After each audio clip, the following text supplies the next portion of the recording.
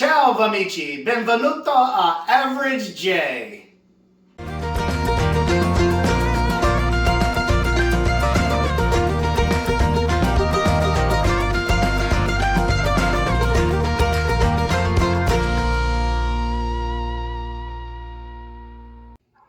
Welcome to Soup Timber. Today is a collaboration between a bunch of different people that were doing soups for the month of September. Big shout out to Joan from Joan's Point of Plate for putting this together. It is amazing that we get the opportunity to do this. So when I gave my intro, I always say, howdy friends and welcome to the Average J. But today I said it in Italian. And the reason I said it in Italian is because the soup that I'm going to make is Escarole Soup. Now, a lot of you probably know it more commonly as Italian wedding soup. But Italian wedding soup can have a whole bunch of different things in it. Like spinach. If you were to look at Progresso to read the label in their Italian soup, Italian wedding soup, it's made with spinach. And there's a lot of people that use spinach, but spinach, when you cook it down, can get a little kind of disgusting when you cook it down that much. So escarole holds itself, it holds its form a little bit better. Plus, escarole is a little more bitter than spinach. And with all the ingredients there are, sometimes for true, authentic escarole soup, or Italian wedding soup, you want the escarole because it will add to the flavor because of the bitterness. So we went ahead and we got all of our ingredients together, and I want to say this recipe was from Michelle's mother. So Michelle, I don't think has ever made it. Have you ever made this, Michelle? Not on Aside from with your mom? Only with my mom. Only with your mom. Yep. So I kind of went all out today. I got my chef hat on. I got my recipes with Roy apron, and I don't want to let Roy down because Roy is an inspiration for a lot of the things he makes. I love watching his channel and seeing some healthier options. Now, healthier options being said, there's not really much you can do to make this recipe more user-friendly than it is. Lighten up. What's that? Lightened up. Lightened up. But here's what I did to lighten it up. It calls for chicken broth. I am using 40% less sodium chicken broth. It usually calls for chicken with the skin on, but the skin as it cooks in can make additional fat in the broth, so I don't want to do that.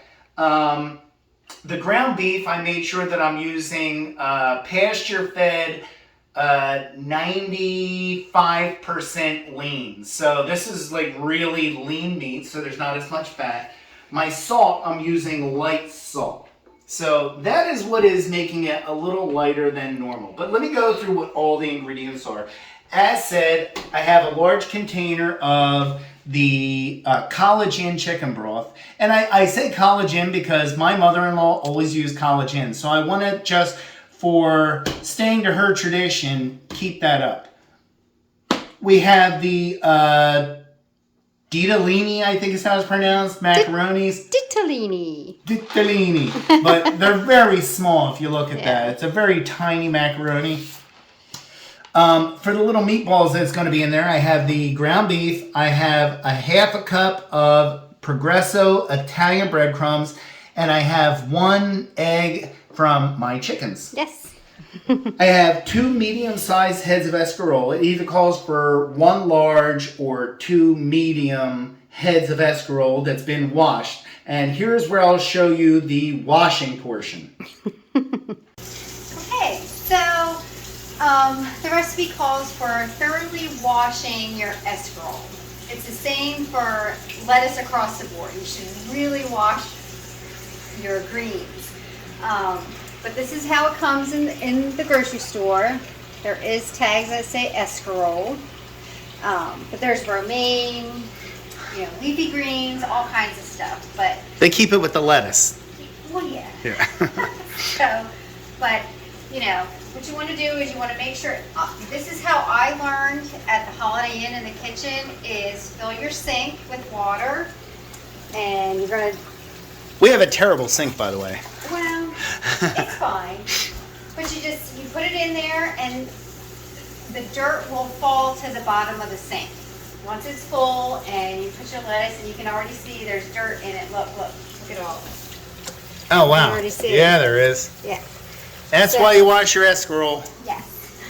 So this is why you want to make sure it's washed thoroughly. Okay. So that's the escarole part.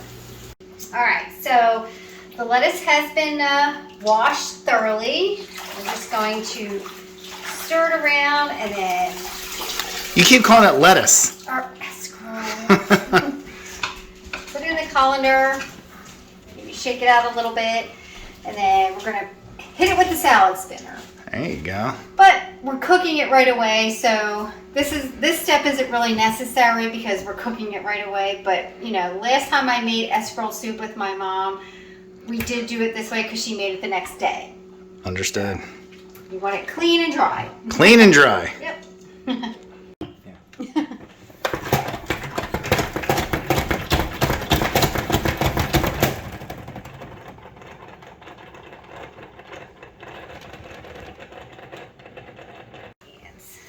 There's all the dirt in the bottom from the escarole. That is why you wash wash your escarole, right? Oh, definitely. Wow. Yeah. That's great. Romaine is a notorious dirty green also. Is it?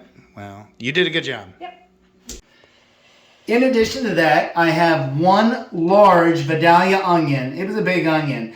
And I also have one full bunch of celery. And both of these I cut up in my Cuisinart food processor. I did a whole unboxing and demonstration of this food processor.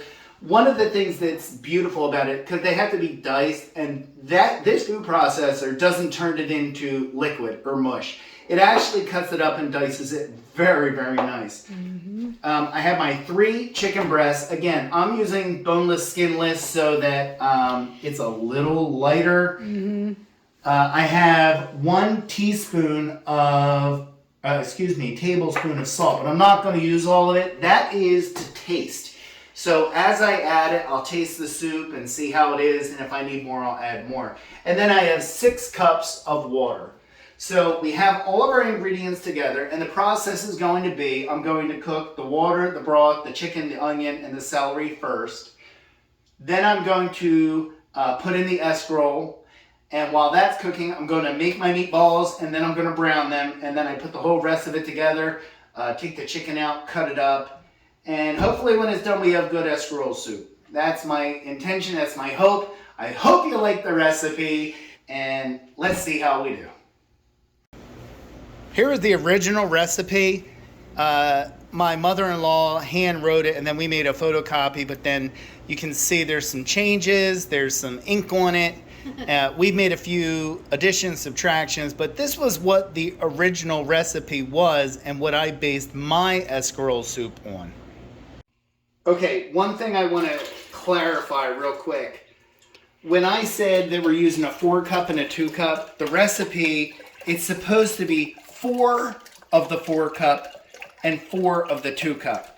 So I can't do math that quick in my head, but it is 4 of the 4-cup, 2 of the 2-cup, or 4 of the 2 cups. So that's what, 8 and 16 is 24 cups of water.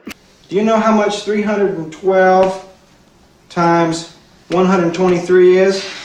38376. He's right. I guess I got so excited about just getting everything on the table, I didn't say the whole thing. So I had the 4-cup and the 2-cup out there, but you're supposed to put a total of 24 cups, which I guess you could just put 6 of the 4-cup.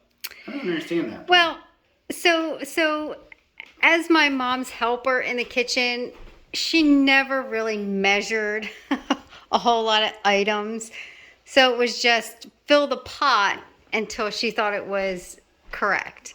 There you go. But that's what So we tried to figure out what the amount was. We're trying to interpret her recipe. So we're going to put the celery in, and we're going to put the onion in, and I am only going to take a little bit of that salt and put that in there. Salt to taste. So I've used about half of a tablespoon of salt, and we'll taste it later. Now I'm going to go ahead and I'm going to get this thing turned on, and we're going to have that thing come up to a rapid boil. And once it starts boiling, we're going to leave it for 20 minutes once it starts boiling. All right, I have my lean ground beef, and I'm going to take a half a cup of the Italian breadcrumbs. I'm going to put that in. And we're going to take 1 egg, put that in. This is where you get to get hands dirty. I feel like I'm playing with Play-Doh when I do this. But yes. We're going to just mix this up until it makes a nice consistency for meatballs. And once I get this mixed up, we're going to make little meatballs that are approximately 1/2 inch each. These are tiny. They're not really big.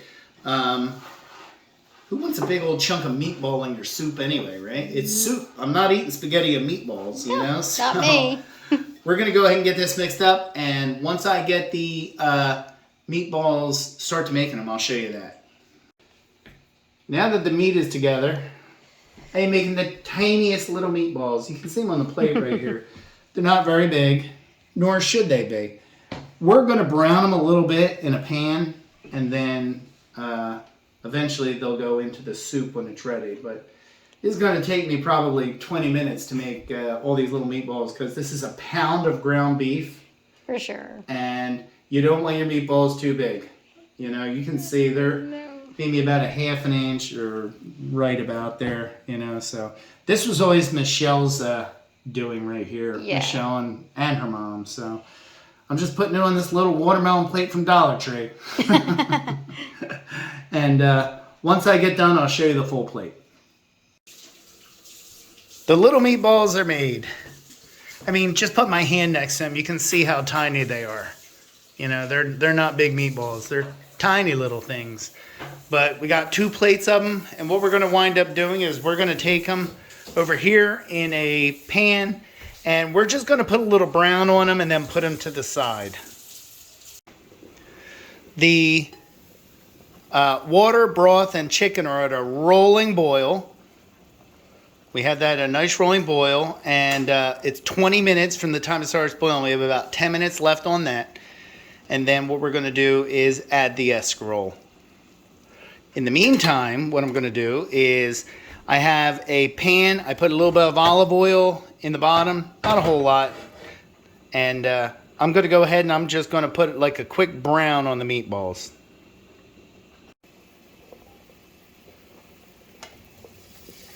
Yep. And then One plate. I was going to say use the handle. You got this. All right. And 2.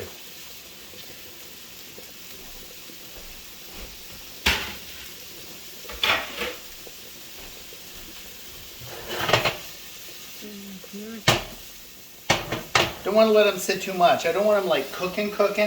I just want to get a little brown on them because they're going to cook once I put them into the soup itself. So Yep. It's just really a quick brown, and then we're going to take them off, put them in a bowl, set them to the side. So normally, while Jason and I are in the kitchen cooking, we do blast music on our little Bluetooth speaker with my Amazon Music app. But growing up with my mom, cooking with my mom, we always had Elvis music playing.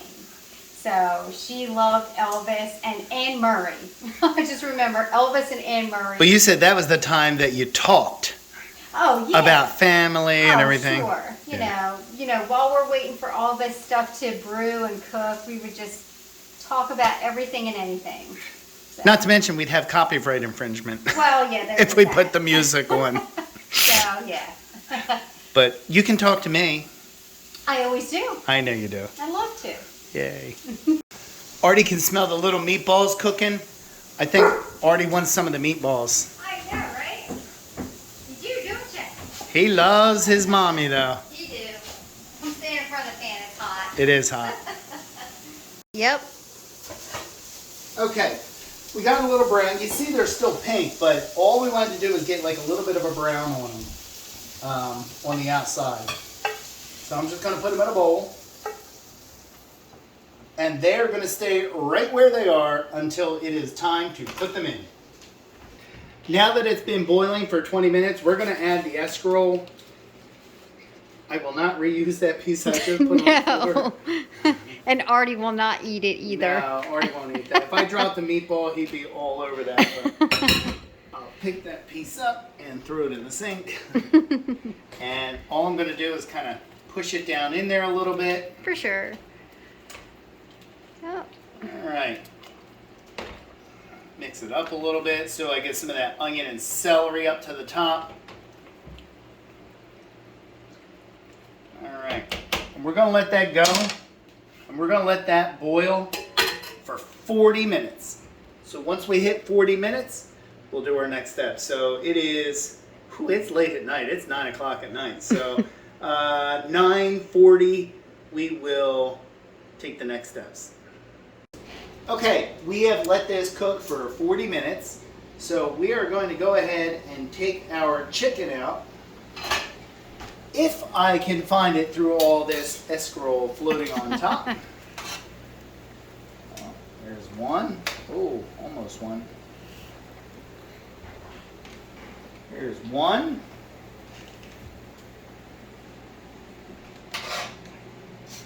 Oh, I feel it. It's like fishing, Michelle. It is.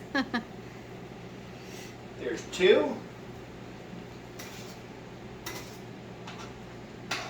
And, ooh, almost had it.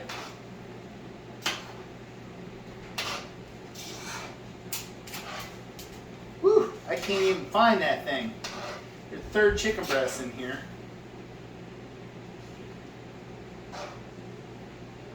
I'm gonna have to edit this because it's taking me forever.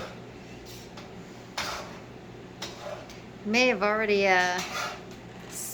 broke apart. Nah, it didn't break apart. Do you have the longer tongs? This is the longer Wow. tongs. This is the longer tongs. Oh, I got it. I got it. All right, all right, all right. That's a lot of the escarole in there, though. Gonna have to get that off of there. Yeah, we probably should have chopped it a little bit. Yeah. We never did. So. All right. All I'm gonna do is I'm gonna cut up the chicken. All right, so we took the chicken out. We went ahead and diced it up. All right, and now we're just gonna take it. We're gonna put it right back into the soup. Michelle's too short to videotape it, but It is. that's I am. okay. All right, and then after we get the chicken in there, oh look, Artie, look. Oh. I dropped a piece and he's Oh eating man, it. oh man. Yeah, you like that chicken, Yay. don't you, bud? All right, and now I'm going to take the meatballs, and I'm just going to dump all the meatballs in there.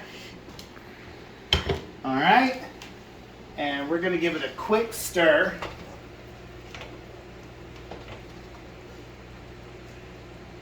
Michelle likes this spoon. This is an Amazon special since she didn't get her Epcot wooden spoon.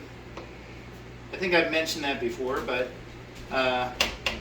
we got that. I'm going to turn the heat to low, and I am going to cover with a vent, and we're going to let that boil for 1 hour.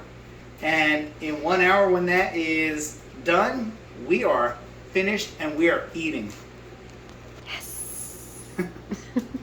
Artie, are you waiting for soup? Artie's waiting for some soup. I took a little bite of chicken out. I'm going to give a bite of chicken. You want a bite of chicken? Yeah, there you go. See, he likes it.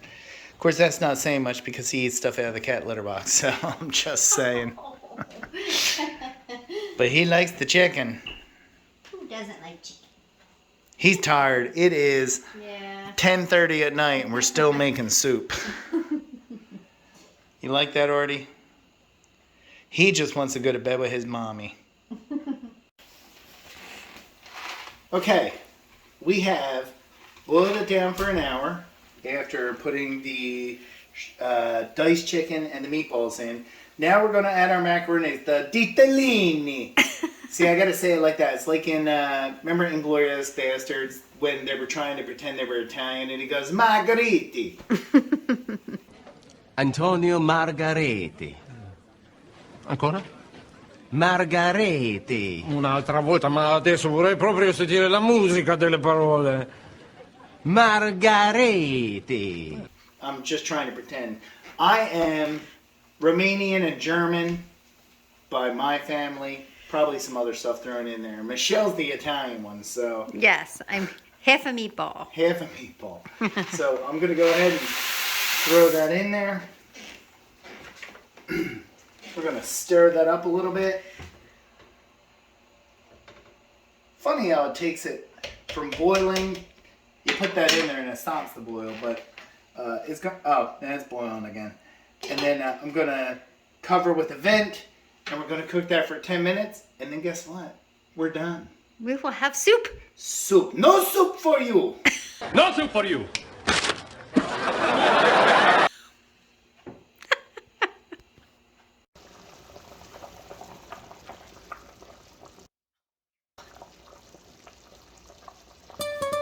Okay, so we have our homemade escarole soup with the meatballs, the chicken, the pasta, the escarole.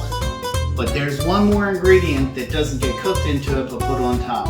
And we have Locatelli Pecorino Romano. Now, there's a difference between regular Romano and Pecorino Romano. Pecorino Romano is made of sheep's milk, and it's only one very small island off of Italy that makes the pecorino. My son actually was the one that first pointed that out to me. So not all Romano is created equal. So we take the Locatelli Pecorino Romano, and you're going to take your grater and you're just going to grate some of that yummy cheese goodness onto the top of each bowl. I had 3 bowls here because Michelle, me, and Alex are going to eat it at 11 o'clock at night. I know, but that's a big block of Romano, by the way. That's Costco. Yeah, Costco. Costco has the Locatelli Pecorino Romano. And that is going to do it for that. But I hope you enjoyed the recipe. We're going to link it down below on how we made it. And hopefully you give it a try. It's a good old-fashioned Italian dish. Like I said, I'm not Italian, but Michelle is, so I am privy to the Italian foods. But manja, and until I talk to you again, arrivederci.